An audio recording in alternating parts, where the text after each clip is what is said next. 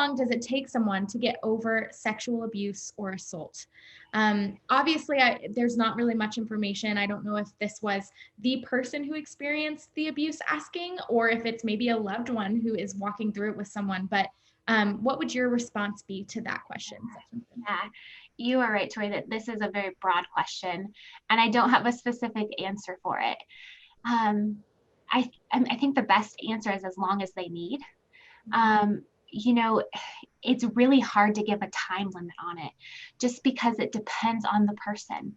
It depends what type of abuse, assault they experienced, how often that happened. Um, when it started, who was the person that was the offender. There's so many different aspects of the work that is done with Right. It's not trauma. like a one size fits all when it comes to No, trauma and abuse. right, right. And I think what can be best for the survivor of this and family members is being patient, knowing that it may take a while for them to work through this, because this has been this experience has blown open their entire world. They think differently now as a result of it. And if this abuse has been going on for a long time, it's going to take time to work through it. Yeah. And Would you even say, like, can you ever really get past, abuse and assault? Is it always going to be something that is there? you know, I think you will never forget it, but the emotional intensity that you experience it, we want to bring that down. We want to bring it so you don't have flashbacks, or you don't dissociate, or certain things maybe don't elicit trigger as much. But we can't ultimately forget it. And we can't always predict what's going to be a trigger, because sometimes it can be things that we don't expect, but we can prepare for those and we can have support around those. And it might be helpful just to give a little bit of structure to, like, when you do trauma work, the first thing that you have to do is build emotional safety with your therapist. You have to trust them, and depending on that person, it could take a while. And also, just you have to have that healthy attachment with your therapist and healthy attachments outside of therapy. So those kind of first two things may take a while, and then you learn specific tools that help you when you talk about the trauma.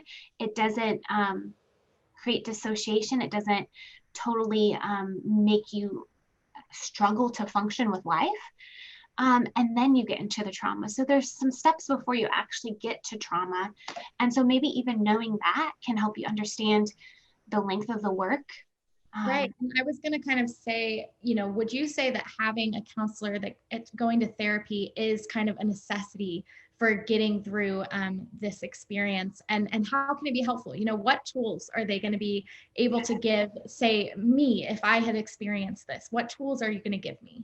Yeah, definitely. I would say a counselor is a necessity with trauma, sexual abuse or assault. Yes, it's a necessity. And I think specific tools that you would receive is usually with sexual abuse, assault, there's some type of maybe flashback, dissociation back to that event. And so you will get specific tools on how to be grounded in your present moment, how to be mindful in your present moment, so that when that happens, you're not stuck in it.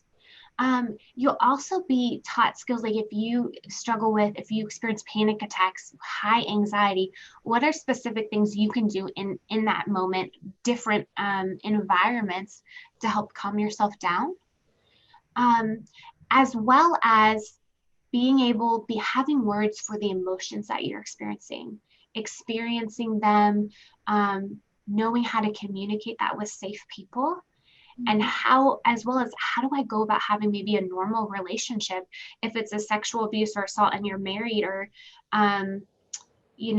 maybe have a boyfriend. How do I trust that person? If, obviously it wasn't them, but how do I go about trusting men, or if it, or women, or things like that? How do I go about doing that?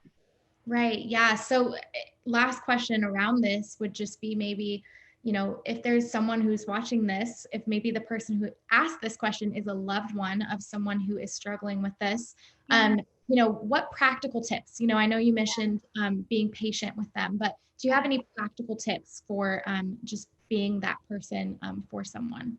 Yeah, I think it's important that that person is, if they're able to be emotionally safe. And when I say that, I mean going to that person that experienced the abuse, if that person has shared that with you and letting them know, thank you so much for sharing that with me. I know that took a lot of vulnerability, and I want you to know that if there's ever anything that you want to talk about, I'm here for you. And I think it might be helpful for you to see a counselor. And I know that's completely your decision, but whenever you're ready to take that step, I want to help you with that.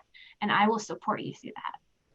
Yeah, absolutely. And I mean, that is just such good advice. And hopefully that was able to speak to someone, whether or not you have experienced this or know of someone who has, which a lot of us do. Sadly, a lot of us know of people who have experienced this. And I think having those tools kind of in our toolbox and knowing, how to communicate effectively and lovingly towards someone who is going through this is super important. So thank you for that answer and for submitting this question. Whoever asked it, if you are someone who has experienced this, I just love the vulnerability in asking this question.